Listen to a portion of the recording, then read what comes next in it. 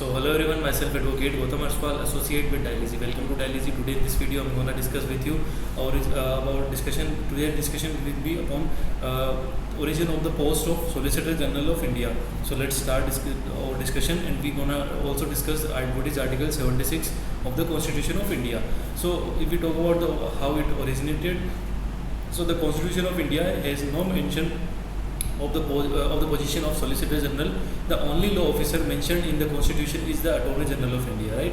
Who was supposed to perform all duties of a legal character towards the government, including appearing on behalf of the government before any court of India, any court in India.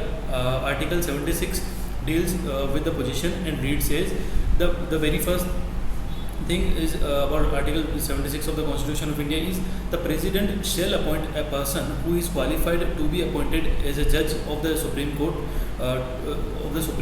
to be Attorney General for India. The second thing is it shall be the duty of the Attorney General to give advice to the Government of India upon such legal matters and to perform such other duties of a legal character as may from time to time be referred or assigned to him by the President of India, and to discharge the functions conferred on him by or under the Constitution of India, any other law for the time being, right?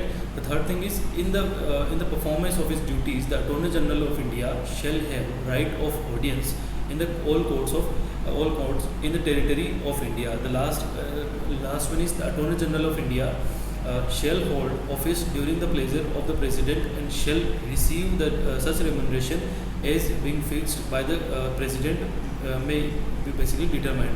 So that's all about our discussion. I hope you pretty much clear.